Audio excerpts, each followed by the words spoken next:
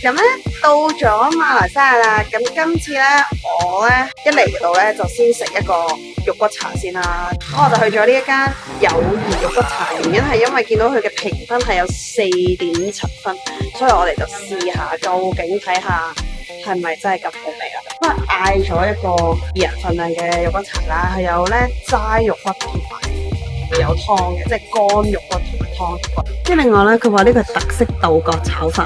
但係我覺得肉骨好似係應該要白飯咯，咁呢個佢建議我叫嘅。好啦，我而家試下先。哇，好鹹喎！平時唔係有啲藥材味嘅咩？咁有啲蒜蓉，再加埋啲辣椒啦，呢啲嘢有啲肉喺入邊啊。哇，好味呢個肉，好肥啊！呢個肉好食，唔知係咪遊客餐廳 ？Anyway 啦，我食得嘅，我覺得都幾好。想要價錢嘅話就問我咯。都有20幾蚊咁樣咯，即係馬字啊嚇，20幾蚊個湯係1日，2日就56蚊，跟住之後咧個嘢飲就7蚊，個飯又好似係3個半，但係呢啲就係馬字價錢，你預港幣嘅話就乘2啊。睇下有冇第二間好味啲嘅肉骨茶再講。咁咧，我而家咧就嚟到呢個馬來西亞嘅黑風洞彩虹階梯。咁你見到隔離咧嗰一個咧係好高嘅咧，就係一個天神啊！佢係代表住戰爭同埋勇氣啦。頭先我就大概係睇咗啲資訊咁樣啦。咁其實咧呢個係咧又係272級樓梯嘅。咁陣間咧我哋就會上去啦。佢亦都係一個咧最大嘅洞穴。我哋入到去就係一個洞穴同埋一個廟咁樣啦。咁係最大嘅。咁我哋而家就準備行入去睇下。咁首先就要捱過呢個272級樓梯先啦。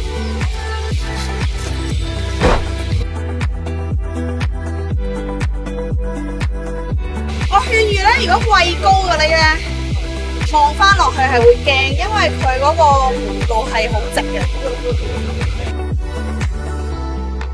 咁我哋行到一半咧，唞下咧，咁我頭先就去 study 下。其實咧，之前咧就係講呢度有個傳說，即係呢個洞穴入邊咧有一個魔啦。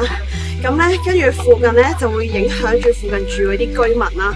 咁呢個卡爾神咧就聽到有個魔喺度咧，咁佢就想保護啲村民啦。咁所以咧佢就出嚟對抗即係呢隻魔啦。咁最後就贏咗啦。咁贏咗之後咧，咁就講呢一個洞穴咧，就係佢最後贏咗之後去紀念佢，代表住呢個勇氣啊，呢個戰神嘅象徵。咁原來咧呢個卡爾神咧。頭先我睇咗咧，佢卡爾神係女神帕爾雅蒂同埋濕婆嘅仔女嚟。好啦，我哋就終於到頂啦，其實好辛苦嘅，不過熱啦，所以有少少喘。入到嚟嘅時候咧，你會見到呢一個洞穴咧，真係好似落雨咁啦，因為一般係即係啲真正嘅洞穴啦，一啲歷史悠久流落嚟嘅洞穴都係會係咁滴水啊。即係入到係會濕晒咁咯。呢度咧係可以買咧我哋 relaxing 嘅，咁我哋一定係上到廟梗係拜神啦。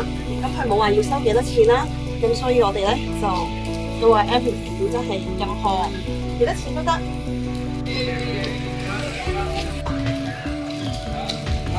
原來係要成個頭都係嘢㗎。可以食嘅呢一個。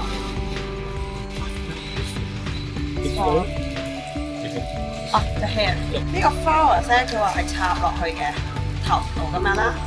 啲人話咧，以前啲人話洞穴嗰啲水咧係可以入，即係夠唔夠膽入啊？會唔會？我有水樽，有水樽你可以裝喎咁。OK。咁咧喺呢一度咧，我諗呢一度嗰啲咧就係愛嚟買俾你買嗰啲。我見到有油啊、有花啊、有奶啊，就係俾你擺人用噶啦。咁我哋見到咧喺對面呢一度咧，其實有一個少少嘅階梯，有一啲我都唔知係咩啦，我估係一啲以前人留落嚟嘅一啲神像啦，可能係講解個故事發生嘅時候，或者以前村民做嘅嘢，咁可以喺嗰度睇下。呢個廟都幾有特色，呢個廟咧係着晒燈咁樣，原來夜晚呢度都可以嚟嘅，即係如果你話晏晝趕唔切，你夜晚都可以。跟住咧，係真係有啲人會攞個桶嚟裝嗰啲洞穴嘅水，即係滴出嚟嗰啲水咧，佢就揸住呢個桶咧去滴嗰啲水咯。咁可能呢啲係神仙水，係好華貴。咁呢個咧係唔可以着鞋嘅，我哋而家入去除咗鞋就得。我見有啲工作人員咧都係冇着衫嘅喎，即係佢嘅感覺就好似係嗰啲希臘女神隔離嗰啲士兵啊，着戰神咁樣咯。頭先就用咗呢一個啦，就係幫我哋點咗一啲，即係我諗都係一個 blessing 啦。我諗入邊咧，我哋見到嗰個咧就係就呢一度嗰個戰神佢嘅一個即係最忠心嘅一個樣，我哋睇下。咁去到呢度咧，好得意喎！去到呢度咧，佢係無啦啦個洞穴有個窿噶啦，咁你就會見到有陽光。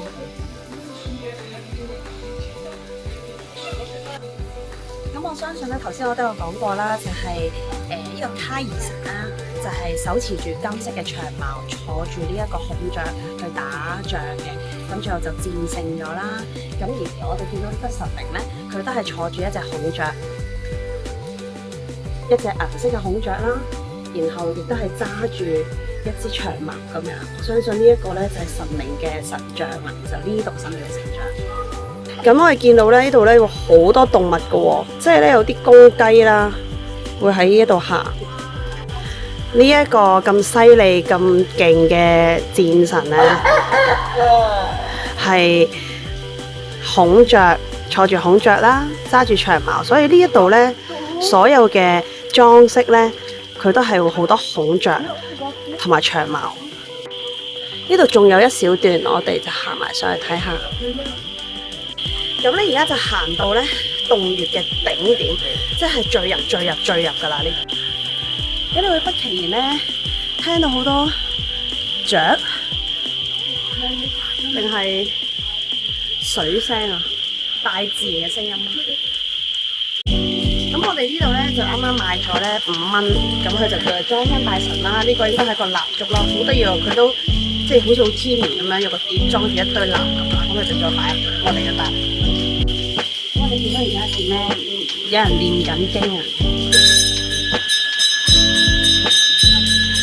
咁而家呢度咧就黑色嘅香啦，咁我哋就可以插香啦。咁呢個已經係 OK 咗，擺。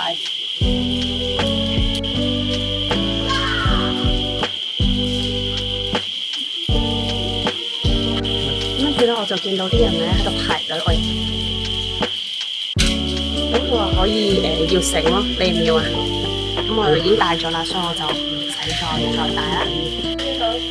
佢又叫我帶下個花啦，咁我又帶下個花啦。頭先我跌咗啦嘛，冇咗啦。咁咧就完咗，應該完咗成個儀式㗎啦。我哋呢度最後就應該最頂嘅主殿，我覺得係呢度最高嘅，咁我哋就拜一拜完成。佢牆上咧好多呢一啲神像，又好似畫咁樣，好靚，彩色㗎，好舊嘅彩色咯。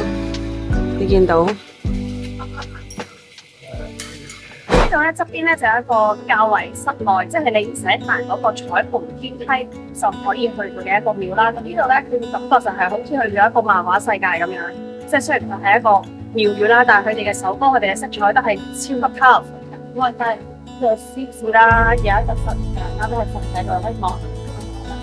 咁佢咧呢度咧都係有得拜神嘅，咁同頭先一樣啦。我相信都係又係喺前面，佢會有個火俾你做 blessing 咁樣咯。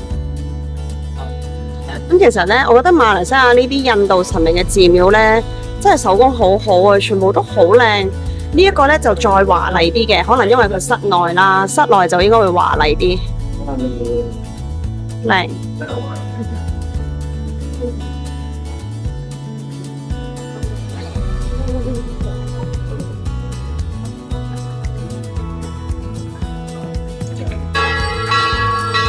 啱啱咧就遇到好嘈啦，咁我就唔知做咩喎。跟住我咧就走咗入嚟睇啦，佢哋咧好似係做緊一啲儀式啊。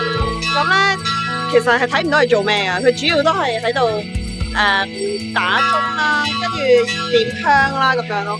佢就有一系列嘅儀式，咁就有一班係善信啦，就過嚟睇啊，就即係可能參與咁樣咯。